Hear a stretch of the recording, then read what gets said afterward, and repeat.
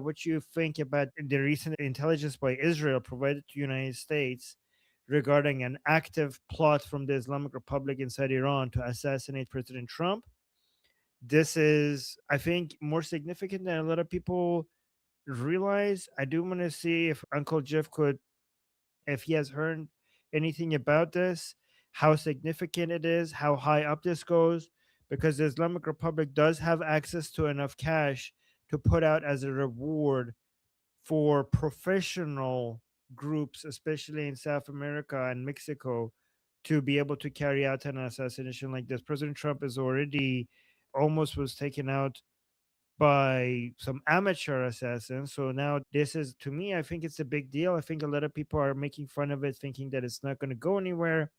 But I'm actually very worried. I think it might, because uh, hundreds of millions of dollars or tens of millions of dollars is not that much money for the Islamic Republic, and given that the crisis of legitimacy that they're facing inside Iran will cost them billions of dollars, putting out hundreds of millions of dollars to threaten President Trump is pocket change compared to the money that they would be losing. And the reason why I think they might want to do this is because of the huge, again, crisis of legitimacy internally within Iran. And I think a lot of people are underestimating how much that's weakening the Islamic Republic. A lot of people look at the Islamic Republic getting weaker in the measure of economic terms and military, and they don't understand the internal division and the reduction in the soft power of the Islamic Republic, how significant that is when it comes to weakening the Islamic Republic. Has always prioritized making sure that it doesn't lose its base of support, because that will end it even before, more than any bombardments or economic pressure. And I think I can see why the Islamic Republic would be desperate if they're spending billions of dollars to support Hamas and Hezbollah and the Houthis. They have spent $1 billion on that. They have done all of that as a way to create a protective shield around themselves, for them to, this is not just like durka jihadi Islamic stuff. This is a survival tactic. This is a defense mechanism for them to spend billions of dollars on their proxies. So if their main threat towards them right now is a crisis of legitimacy from their own followers, with the with the understanding that you are not the Islamic Republic that we supported before, because you're not pushing back enough against the Americans and Israelis after they killed our supreme leader, then the Islamic Republic would be very much motivated to invest as much as it needs to get to get legitimacy back among its followers, if it needs to do that for its survival. So this is why I think a lot of people need to take this threat against President Trump really seriously, because even if the Islamic Republic itself doesn't have really enough professionals that would be able to carry out something like this, they could just put out the reward out there for professional groups, maybe for example in Mexico, to carry out an operation like this. And given how close amateurs got to President Trump, if somebody really knows what they're doing, this could be really dangerous for President Trump's safety. But I don't want to belittle how significant this is. But I do want to mention that when I was doing my last live stream with Monkey here, I did consider that the most strategic option for the Islamic Republic would be for them to try to hire a professional group to do this against President Trump, but then contact President Trump and tell them that they're doing this for them to stop the assassination. This might seem counterintuitive, but if it was, if the Islamic Republic was being strategic about it, in my opinion, this is what they would do. They would hire assassins to do this, and then they will contact the White House and tell them that this is happening. This will have three benefits. First of all, it will make sure that the operation is not successful, because the Islamic Republic does have the understanding that if the assassination is successful, then the Americans will obviously be raining hell on them, and that would be, they will come and, I don't know, turn the entire area into a parking lot, and they can do that, and there's nothing that will stop them if anything like that happens, right? So the Islamic Republic would be motivated to show that they are doing something significant, but without it being successful. So this might help them somewhat with the legitimacy crisis, but not so much if the assassination is not successful. But at least they're showing that they're doing something. So that's one win for the Islamic Republic. Another win is that they could go to the Americans and basically tell them that, look, we don't really mean to hurt you. Like this is, please don't destroy us. In fact, the people who planned this were part of the Islamic Republic that were the more radical. We are exposing them, so this is like an olive branch to you as a way to basically appease the Americans. So that would be a second win. The third win is that they don't have to pay up. They will save a lot of money because the assassination, maybe they pay half at the front and then half when it's successful. Maybe by making sure that the assassins are caught and the operation is not successful, they will save at least 50% of the cost of the operation. By the way, YouTube, I'm not endorsing any of this. We're analyzing the Islamic Republic and their terroristic ways. None of this is like we're concerned with President Trump's safety. And we're basically discussing this to figure out what is the best way to defend President Trump. So please don't strike us down. Anyway, so these are my thoughts. So what do you guys think? I do want to see what you guys have to say about all of this. All right. First to reply on this topic, we have Daniel. So first thing, no shit, Sherlock. Of course, they want to kill President Trump, right?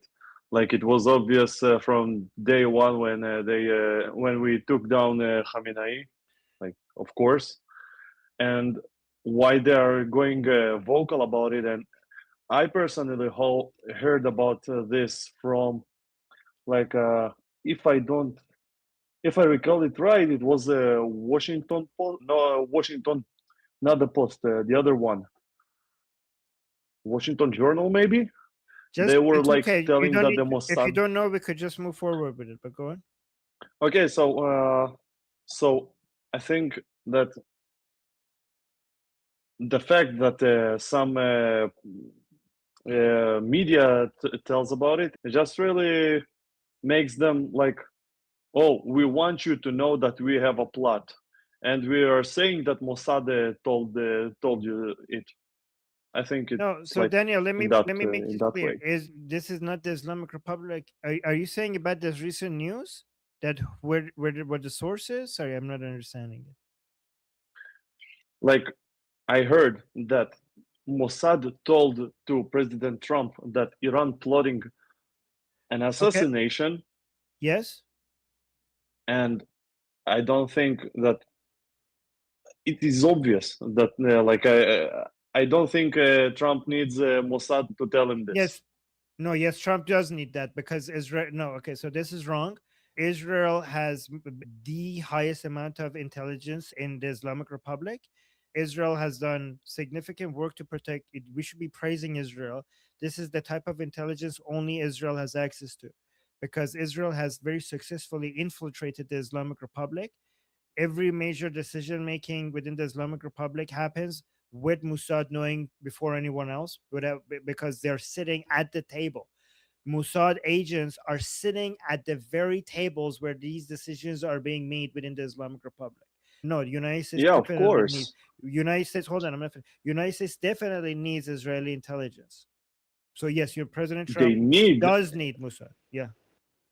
Sorry, I meant to say that. Of course, they work with Mossad. We all know it, but this particular thing that IRGC plot to kill President Trump, of course he knows it, and like this is obvious thing.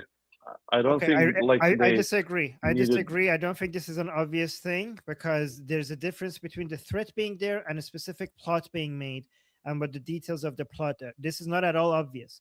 The fact that there are so many people within the Islamic Republic threatening President Trump with assassination, that desire existing, that threat existing is completely different from a specific plot being designed. That's at a completely different level. And I don't think that the Mossad came to President Trump and said like, "Hey, these people want to kill you." That's not what the news is here. We're talking about a specific plot being designed to take out President Trump. That's what's being shared. And that is very important. And I don't think that is something necessarily that the Americans knew from before, or it was anything that was obvious. Anyways, let's go to the next person. I do want to get to Uncle Jeffrey because I think he might have a lot of details regarding this. Who's next? Yes, we like to make the distinction. There's a difference between, hey, something might happen, and hey, this guy is trying this thing at this time at this place. These are two very different things. But I'll let Jeffrey go ahead and enlighten us on this. What you got for us, Jeffrey?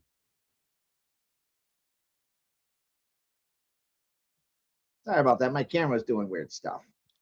So both are very, there's a lot of stuff going on here. There's something to be said. Both Armin, both you and Daniel Dom are correct. So Daniel Dom is correct that there is a general threat against President Trump, and that has existed since his first administration. I'll go down some of that in the continuity of threat in a minute. Versus what Armin, I think, is referencing, which is specific actionable intelligence of a specific threat right now. And so those are both different things. They definitely are cousins to each other, and actionable threats operate within the broader general threat paradigm. That's, I think, what Armin and the Mossad was very much telling President Trump. Yes, there is general threats against you, and they have, there's a continuity of actions by the Mullah regime and now the regime remnants, even less remnants, to retaliate in response to President Trump's response to the threat that the Mullah regime and IRGC pose to U.S. interests, global economics, and our allies in the region. So with regards to the specific actionable intel, let me go over like just the general threat. So you have a summary kind of overview of the general threat that the Mullah regime and our IRGC up to the Mullah regime and IRGC remnants today. You have some like the 2020 to 2021 attempts to kill members of the previous, Trump's first cabinet members, including former, NSA John Bolton, former Secretary of State Mike Pompeo. That was in 2020, 2021, 2021 to 2022. You had Mike Pompeo as a near miss in Europe in 2022. From 2021 to about 2024, if I remember correctly, there were like multiple Iranian dissidents, journalists, activists in U.S. and Europe for the IAG, IRGC, and MOIS cultivated the Hells Angels, oddly out of Canada, which it was hard for me to accept that because I'm like, Canada has Hells Angels? What the fuck? Right? Like that was even confused. That was a black swan thing even for Uncle Jeff. You have 2024, April and July, you have President Trump and other U.S. official politicians. Asif Merchant was a trained IRGC operative. He was sent to the U.S. to recruit mafia hitmen for assassinations. President Trump-elect and plus Iranian American activists and 2 Americans in New York City. That was 2024, September to November of 2025 to 2026, continued targeting of Trump-era officials and dissidents, and the current threat, which is a specific actionable intelligence provided by our Israeli allies surrounding the IRGC and Mullah regime remnants' active attempt to assassinate President Trump. So that's the broad overview. What about the particular actionable intelligence, at least as open source intelligence, describes it regarding the most recent threat that was graciously provided by our Israeli allies? The source and timing, Israel's intelligence shares it with us. What the intelligence showed is that the IRGC remnants had hatched, devised, and created a fresh and new plan to assassinate President Trump. It was described as marking a potential escalation of the broader conflict. What's the motivation? They're vowing to retaliate for us retaliating against their consistent threats against us and our allies in the world. So source of intelligence is Israeli intelligence. The timing was this week, reported in the 9th and 10th of July. The nature of the plot was fresh, new, and specific plans by the regime remnants to assassinate President Trump. There's no specific details released on method, timeline, operatives, or location because it's obviously for operational security reasons. There was the U.S. prior awareness. I mean, there's like, this is to Daniel Dom's point, there's a steady drumbeat of general threats in recent weeks. This was a specific plot that was new and not previously tracked or vetted by U.S. intelligence. Our assessment view it partly as, like, it's basically the regime remnants knows they're done. They know they're dead. Regarding some of the benefits that you outlined, Armin, I'm probably going to push. Well, I am going to push back on that a little bit. You're not wrong if it was viewed from a hyper rational perspective. Here's the reason why that's not going to bear out, and the IRGC knows it. President Trump has made it very clear that if he is assassinated, he said this both in early 2025 and had said it in January 2026. If anything ever, I think the exact words were in 2025, meaning President Trump, has left instructions. If they, read the Mullah regime, do it, they get obliterated. There won't be anything left. In January 2026, the statement was, if I remember correctly, anything ever happens, we're going to blow the whole country. The whole country is going to get blown up, and they will be wiped, and they're going to wipe them off the face of this earth. And then recently, in as far as this, left instruction for U.S. to bomb Iran at unprecedented levels, never before seen, if assassinated. And he absolutely means it, and we will absolutely carry that shit out. So why would the IRGC and regime remnants still pursue said line of action? This actually shows how desperate they really are, which has both positive and negative connotations to it. So if you apply prospect theory to the regime remnants risk calculation regarding assassination attempts or threats against President Trump, a couple of things comes to mind. So with regards to prospect theory, the reference point is outcomes are evaluated relative to the mental reference point of the actor that's gauging that risk assessment from gain or loss, not from absolute final wealth or power. And in this context, the IRGC remnants reference point is pre-2020 or pre-2026 war status to where it is right now, which is they're very much hammered. Losing the supreme leader, key commanders, which Armin touched on, air defenses and prestige hurts far worse than any incremental gain. Temporary deterrence or revenge satisfaction would please. The regime remnants are overwhelmingly operating subsequently in an extreme domain of loss. The certainty effect or probability weighting, they outweigh the low probability. The fact that they're going down, they're saying they're going to go down shooting. So they're going to make their best attempt, which is why the Israeli intelligence made the warning it did. I can say this. So that threat is real. We have all this stuff protecting, our president. That's true. That's very true. The same revolutionary disruptive technologies that allow Ukrainian defense forces to blow up Putin's criminalized counterintelligence state's assets in Moscow or in Putin-occupied Russia, and or has been used by Hezbollah to target the IDF soldiers in northern Israel and southern Lebanon, can also be used very much so in targeting, bad guys and actors engaging in targeted killing against, say, members and leaders of the U.S.-led Western Alliance, in this case, President Trump. In fact, the most recent assassination or terrorist attempt You got to break it down a foiled, little shorter, please. that was foiled in recently with the UFC match in the White House, very much looked to leverage fully autonomous weaponized drone swarms as part of their overall general attack. So the threat is very real.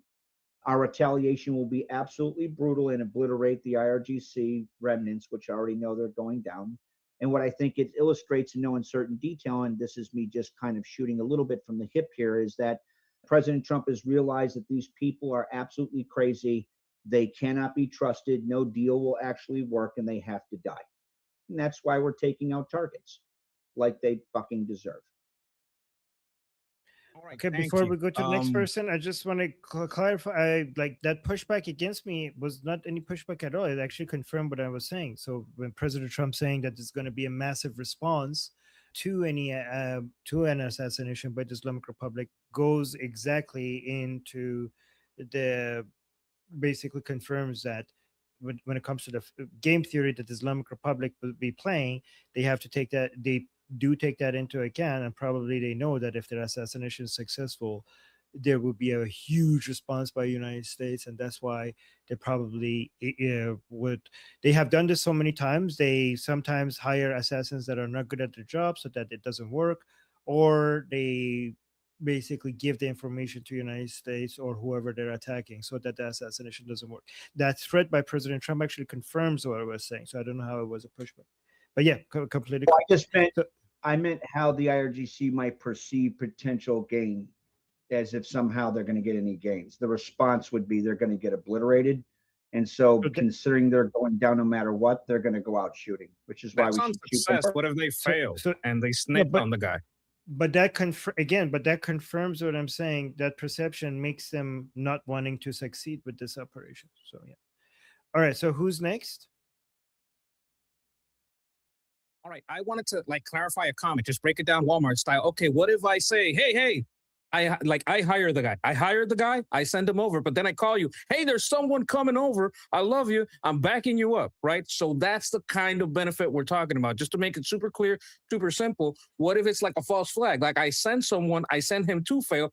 I don't have to spend the money because the guy's going to fail, but I get the benefit of saying, oh, it wasn't me. It was someone in my administration sent somebody, but I'm your buddy.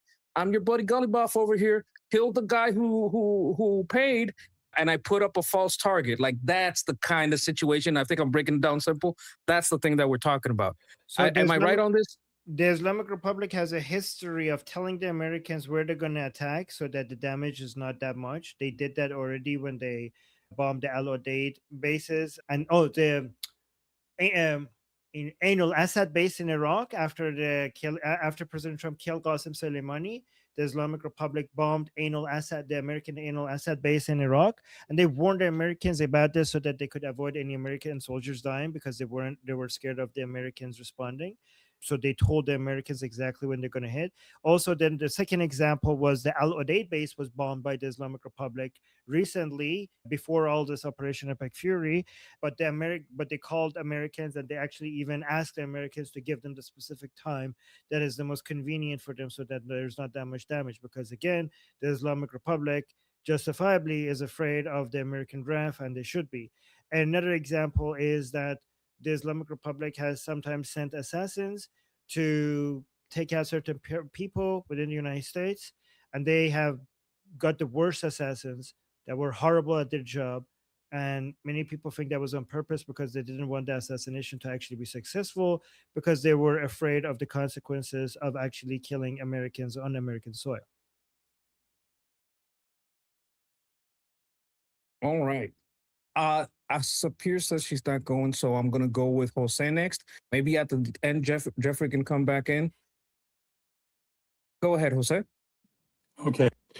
I just want to let everybody know that I've seen Tusi put on a video clip translated for us, and he had three people. One was a teenager, Roy, Pound, Kill Trump, Hegseth, Netanyahu, Pete Hegseth, and Kane, the admiral, all on there with $100 million price tag. So hopefully Mossad's also taking a look and see if anything's going up against Bibi. And we're also taking a look at the other two as well. It's just one thing, but yeah, the fact that Mossad is involved in telling the United States that, yo, this might be legit or this is legit, that's truly a warning sign. Where I agree, Armin, all the stuff before was people talking out of their rear ends, not actually believing anything was going to happen or hoping it was going to happen. Just like the 3 times they supposedly sank the aircraft carrier, the Abraham Lincoln, a wish. Yeah, exactly, Jose. You're very on point. All of these signs that the people in Iran are holding, the pro-regime Iranians are holding, it's their wish. It's a demand of the regime. None of that is a plot. None of that is an actual plan. It's just basically them sending their wishes to the Islamic Republic. But what Mossad is revealing is something a lot more. It's an actual plan by the state, which is a completely different level. Yes, 100%. All right. Next to reply on this topic was Samantha, which asked me to read. Please do not kill Trump. I really do not want President Vance. Samantha, I I re- think your sentiments would be echoed. I actually don't like that comment at all, Samantha, because it kind of suggests that the only reason why I hope you don't mean that, but reading that in isolation suggests that the only you don't mind President Trump dying, but the only reason why you don't want it to happen is because of Vance. It's basically, to me, that message communicates a lack of care for human life, only a personal wish for you not to see President Vance to be president. It's not a good message. It's not a good look. It shows a lack of concern for President Trump's own life, in my opinion. So I would I would remove that say the message. same thing if it was Vice President Rubio. We might prefer his tactics and his thoughts on the matter. I still wouldn't want anything to happen to Trump to get Rubio in or Vance out. I don't want anything to happen to President Trump. I think we all echo the sentiment that we don't want any vice president coming into power because of a death. If there Yeah, was but I another think that's connotation, that's not good. Yeah, but I just think that, going back to Samantha's comments, what she's saying is that I really don't, I hate President Trump enough not to care about anybody taking him out. The only reason why I'm against it is because I hate Vance more, which is like, Samantha, you as a communist keep acting like capitalists don't care about human lives. You have to, do some self reflection here. The fact that the person that you don't like, you don't mind them dying, but you only just for the hate that you have for Vance, for a Vance presidency, that's the only thing that makes you wish that President Trump doesn't die. That shows a lack of care from human life from your part. Me as a capitalist, I care for President Trump not dying because I just don't want President Trump to die. You as a communist keep accusing us capitalists that we don't care about human life, but look at your own message here. All right. I will use that as reflection and take back all the times I said I really don't want President Kamala. You are correct. I should have never done that. And I disavow myself for having ever said that. It was stupid under any administration. And I think you've really pointed out something that on both sides of the aisle, we should keep in mind. So you are very correct. And neither side should do this. I just want to point that out because I know many on my side have kind of like expressed it jokingly, but that's not something we should joke about. So I want to thank you for that because I had not reflected on it that way. And it's a good point. It's an excellent point. Next to comment on this is Texas. Go ahead, Texas Drew. Howdy. Okay, so I just wanted to point out a couple things here. This is not in rebuttal to anything that anybody has said so far. It's actually just clarification of a couple of things. One, where the story originated from. So the Wall Street Journal was the first one to report it. They're saying that they received the information from people inside the American government. So according to them, people inside the American government who had knowledge of this informed them that Israel had let President Trump know about this. Then the New York Post talked to President Trump directly about it, and President Trump told the New York Post about his instructions should anything happen to him, right? So my main thing on this was from the last stream and still is currently is he doesn't even have to say that. It does not matter who the American president is. It doesn't pick the one you like the least and pretend it's them. Any American president who is assassinated by a nation state is going to receive the response that President Trump has said he's instructed to have happen. It's going to happen no matter who the American president is, whether they say it or not.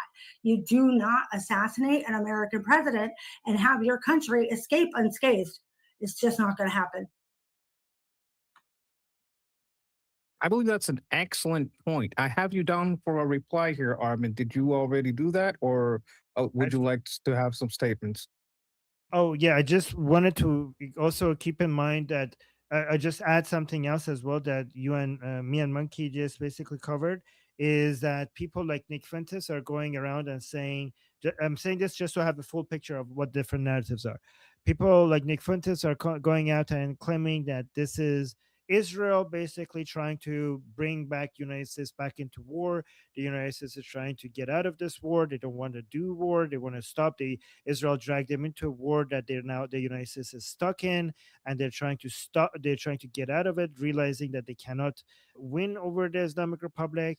And now, right when they're getting to a peace deal, Israelis are coming out with the fake information that, oh, the Islamic Republic is trying to assassinate you, as a way to try to get the Americans back to war with Iran. This is basically blaming the Jews for making up a fake. And also at the end of his segment on this, he also suggested that maybe the Israelis will do the assassination themselves on President Trump to basically get the Americans to attack the Islamic Republic.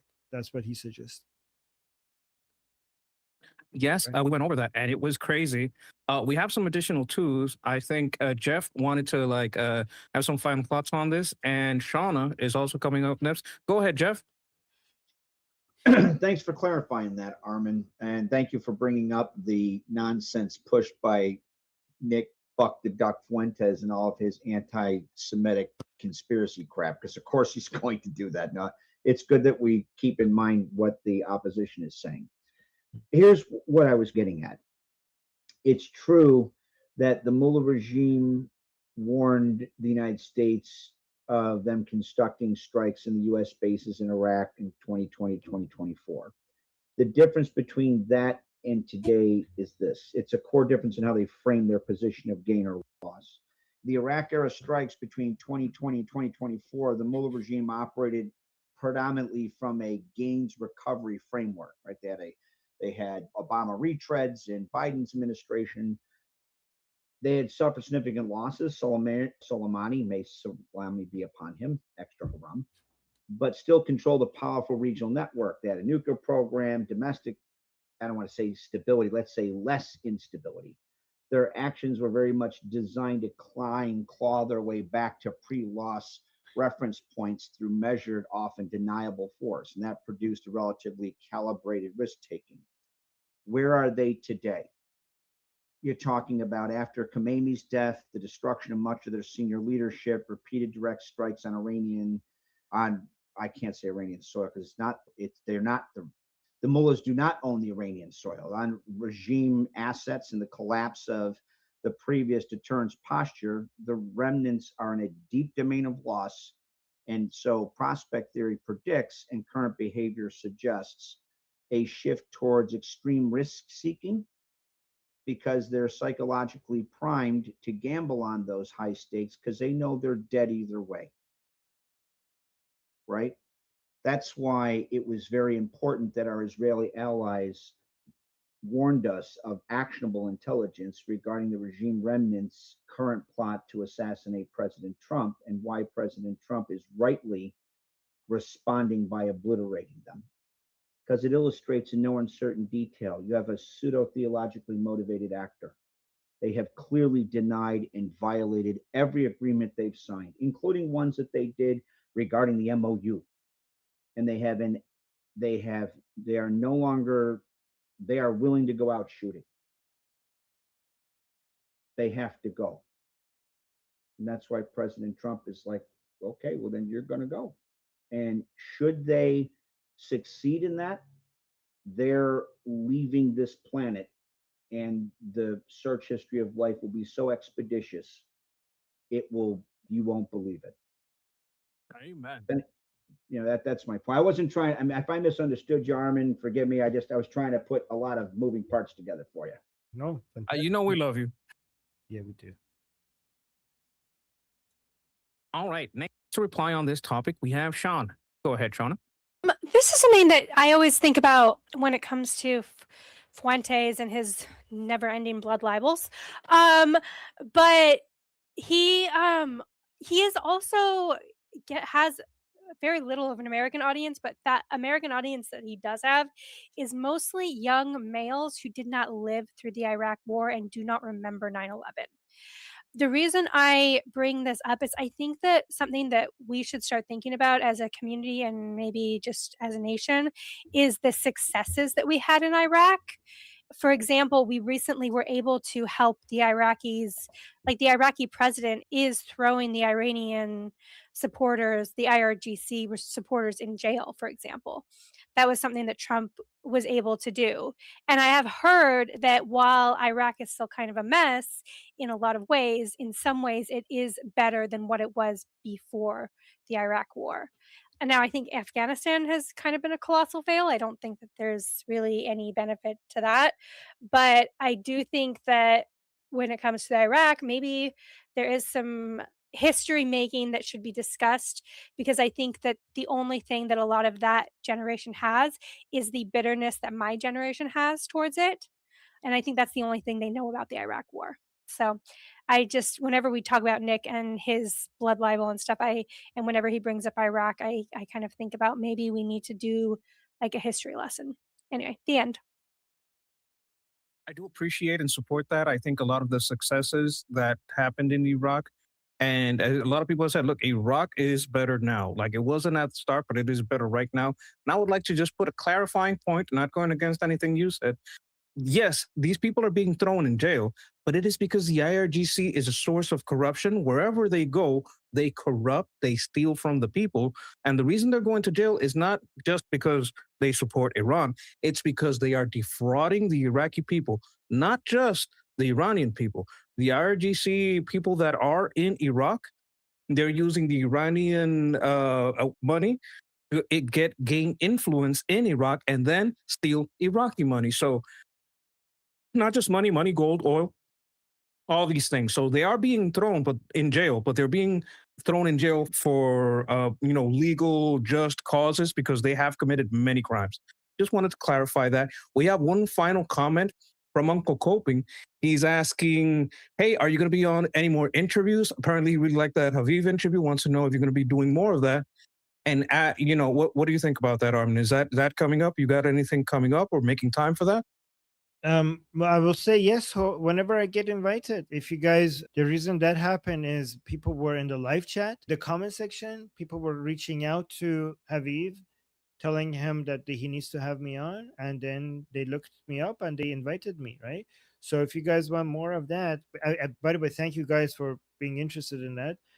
I got a lot of positive feedback from that, so really love you guys. Thank you so much. But yeah, if you go to the way to make that more happen more, because I don't make it happen, they invite me and then I go. But you guys could make it happen by contacting your favorite content creator and asking them to have me on. And sometimes it works. So yeah. And thank you. Thank you for wanting more of that. I appreciate that. All right. Yeah, just a quick one on that. What Was it just on an email you said, Armin? Just that they just send you an email and I can give them a reference that I also give you, and then you guys can. Yes. My email is on my X account. It's armin.navabi@gmail.com. So you could just give that to my first name dot my last name @gmail.com, so they could contact me there. Thank you. I appreciate that. All right, I'll do that. But by the way, one quick side note: I just saw earlier today the live you had with Ali, and you asked if we appreciate the analysis, the in-depth analysis you give, such as the one about when Saeed Jalili was walking the streets and the supporters were saying, "Don't let them give our supreme leader the poison chalice," and you gave the context of the Iran-Iraq war. Those are gems, my man. So yeah, absolutely. Like what you guys really should be, if you get help to get clips of those analysis, because you guys time and time again, you have a lot of they're really sweet pieces there that I think are absolutely worthwhile considering clipping out and stuff. So yeah, I just want you to know that. Well, thank you. I appreciate you saying that. That gives me a little motivation. Thank you for saying that. All right. I didn't see your last two there. Sorry, Uncle. Armin, I think we're going to super chats. Thank you for your comments, Uncle. Armin, go ahead. All right, we got 3 super chats. Thank you so much for the support. Koala Katie saying, Hugs, no, huge thank you to Israel. I greatly value the life of my president. Wow, look at that. So appreciative. Thank you, Katie, for saying that. That's very sweet. I'm sure Israelis in the chat and here appreciate you saying that. And Sarah, thank you so much for the super chat. Oh, you look at that. Jeffrey's clapping. So I always love it when Jeffrey turns on his camera to class. It's so motivating when he does that.